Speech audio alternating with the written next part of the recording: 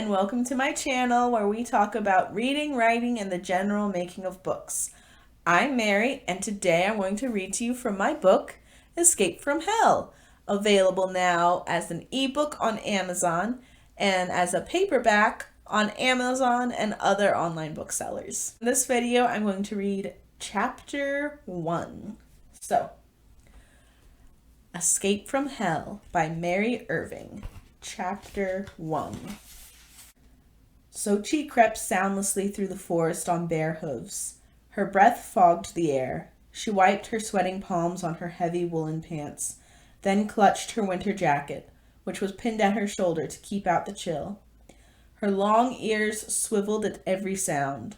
Her horns curved back over her short brown hair, shining in the moonlight. This forest had become intimately familiar to her. She'd studied it until she knew it as well as the forest around her home.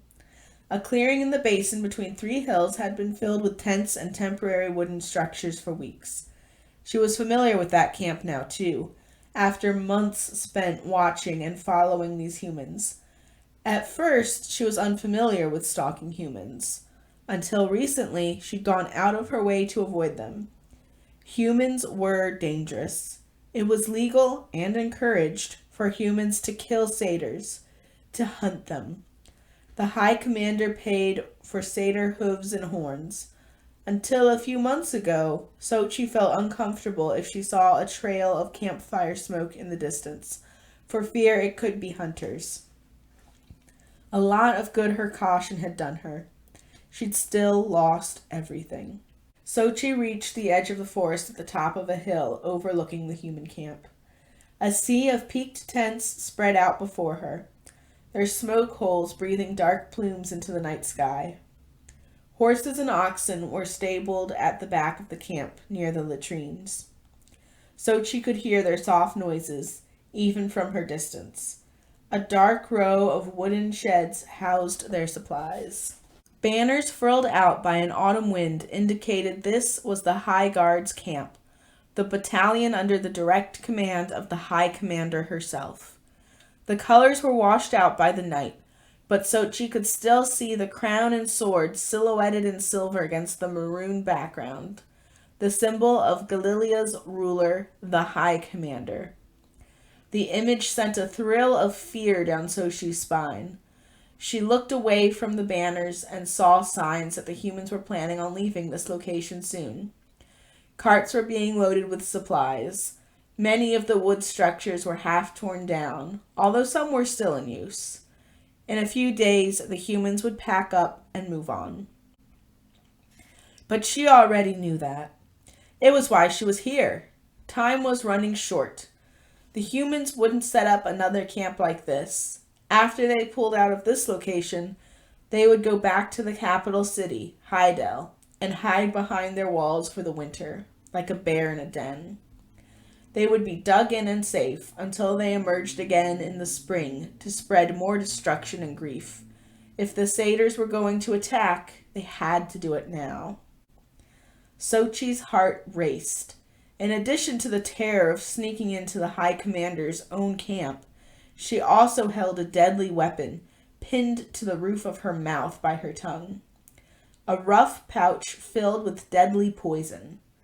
Sochi would deliver the poison to the High Commander, even though it would likely cost her life. The only thing she had left to sacrifice. Sochi slunk down the hill. This was the most dangerous part of the plan. It was a dark night, but she was exposed while she moved down the slope. She stuck close to bushes and stray trees that would disguise her shadow and her form. But an alert guard could spot her, and then the mission would be over before it was begun. Fortunately, the guards weren't alert tonight. She slipped behind the first tent she came to and hid in its shadow. The canvas snapped in the breeze, further helping to disguise the slight sounds of Sochi's movement. She could smell the animals packed too closely together on the other side of the camp. The military camp was helpfully arranged in a neat, logical grid. Sochi knew exactly where she needed to go and how to get there. She moved between the tents silently, shrouded in darkness. The sound of footsteps and conversation ahead froze her in her place. The organized camp made it easy for her to navigate, but it also left little opportunity for concealment. She cast around frantically for a hiding place, but there was nothing. Her pulse pounded in her ears as she pressed close to the nearest tent, hoping the shadows would be enough to camouflage her. Her tongue cradled the pouch in her mouth, and she closed her eyes, willing the humans not to notice her. To her great surprise, they didn't turn down the path where Sochi was hiding. Instead, they made for a tent with warm light and the hum of music and laughter. Sochi inched away from that tent. She crouched low as she scuttled between the temporary structures to the storage shed, one of the few wooden buildings. It was well guarded, but the guards were distracted by the warm light and laughter from the inviting tent Sochi had passed. It wasn't hard to sneak past them. Sochi slipped into the storage shed and looked around. She found an empty sack which had been filled with grain and threw it over her shoulder as she hurried between the shelves. The humans' supplies were beginning to dwindle at the end of their campaign. They would make it back to their city on what was left in the shed, but it was sparse enough that they would notice what Sochi took. Distracted by the crunch of soldiers' boots outside the shed and the ominous weight of the pouch on her tongue, Sochi didn't pay attention to what she shoved in the sack. It didn't matter. The supplies wouldn't make it out of the camp. They were just bait in a trap. Sochi gently pinned the pouch to the roof of her mouth with her tongue and swallowed. She was bait in a trap. She had to kill the High Commander if there was to be any hope of ending her mission to exterminate all the satyrs in Galilea. Even the sanctioned settlements, villages where satyrs were supposed to be allowed to live as long as they didn't leave or cause an inconvenience for humans, weren't safe. No one warned the settlements when they'd lost their sanctioned status.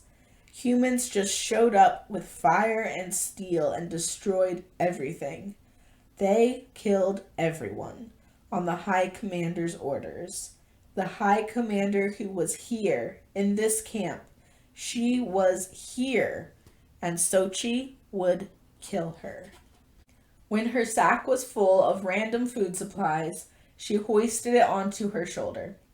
Everyone knew there were few greater crimes for satyrs to commit than stealing the supplies they needed to live. With a sack full of food, Sochi guaranteed her death, but she also improved the chances that the High Commander would want to question her personally. It was the only way to get close enough to the woman to deliver the corrosive poison. Her breathing was shallow and her heart raced. It was almost time. She stood in front of the door to the supply shed, fear freezing her in place. Her long ears twitched as she listened to the soldiers walking past the door. She closed her eyes and clenched her fists. She was scared. She was going to die, and as hard as the last few months had been, she didn't want to die. She thought back to why she was here. She remembered coming home to her village, a sanctioned settlement. She'd spent the winter season looking for work, and after 2 months living on forged scraps and the odd jobs she could pick up in the satyr-friendly mountain towns, she was looking forward to seeing her family again. Leaving the village was dangerous. Humans were supposed to kill any satyr who strayed away from the sanctioned settlements.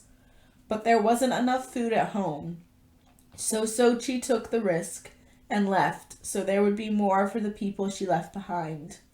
The village was supposed to be safe, until it wasn't. Sweet lilacs perfumed the air, announcing spring. Sochi hoped she'd be home in time for the planting festival, but when she reached the village, it was gone. Buildings were burned, the people, all the people, Men, women, and children were left to rot where they died, cut down on the streets, in their homes, and in their beds. The lilacs mingled with the odor of decay, and Sochi retched. She found loved one after loved one among the ash. Metal stoves were the sole survivors of the fires, standing alone in destroyed homes. She found her sister's body, already beginning to decay, cut open and left to rot, her horns and hooves chopped off. She died in her garden, with rakes and shovels scattered around her. She hadn't been bothering or threatening anyone, but they'd cut her down anyway.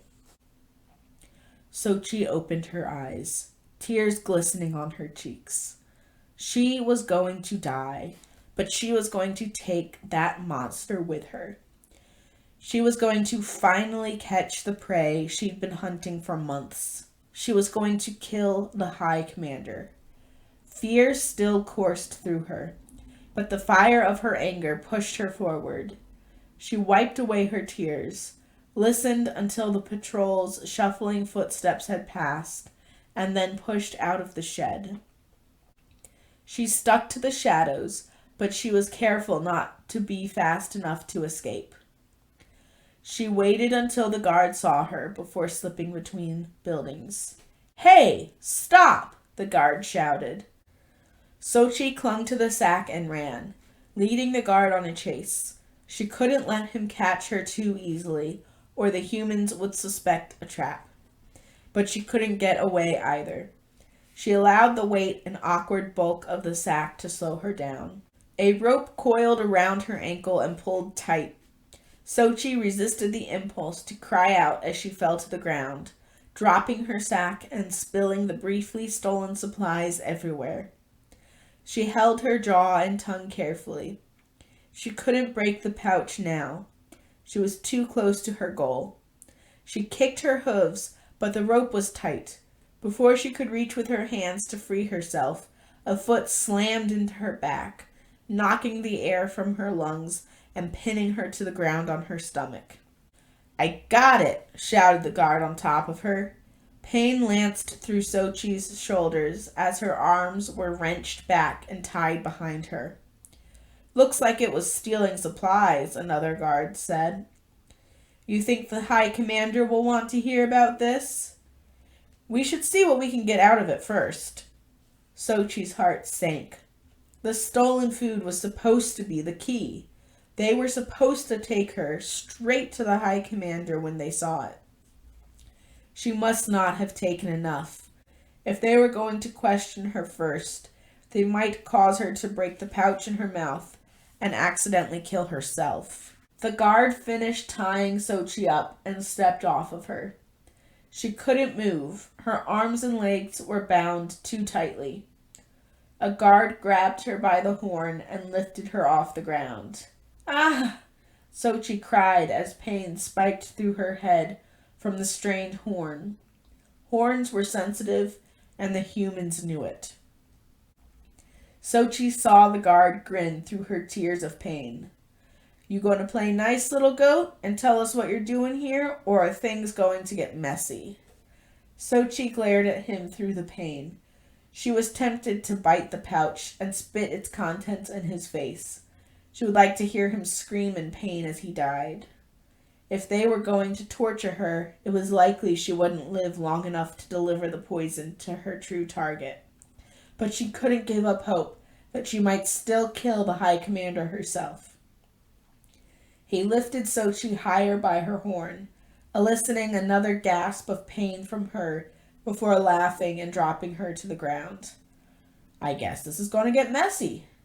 Get her to the workshop and tie her to the drying racks." The guard stepped on Sochi's horn, sending pain shooting through her and forcing her to turn her head and look up at him. "We can add these horns to the High Commander's collection.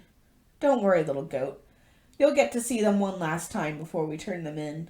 I'm going to cut them off and show them to you bit by bit."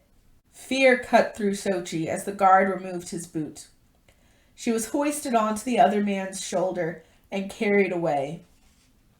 She knew she couldn't get free, but she writhed against her restraints anyway. Cutting off her horns was the most painful thing Sochi could imagine, and logic couldn't overcome her fear of it. In blind panic, she flailed for freedom, but the guard carried her easily. Through her tears, pain, and terror, Sochi clung to the hope that she would be able to deliver her poison to the High Commander. She could die, but she needed to take that monster down with her. And that was Chapter 1 of Escape from Hell by Mary Irving. Available now. Links in the description.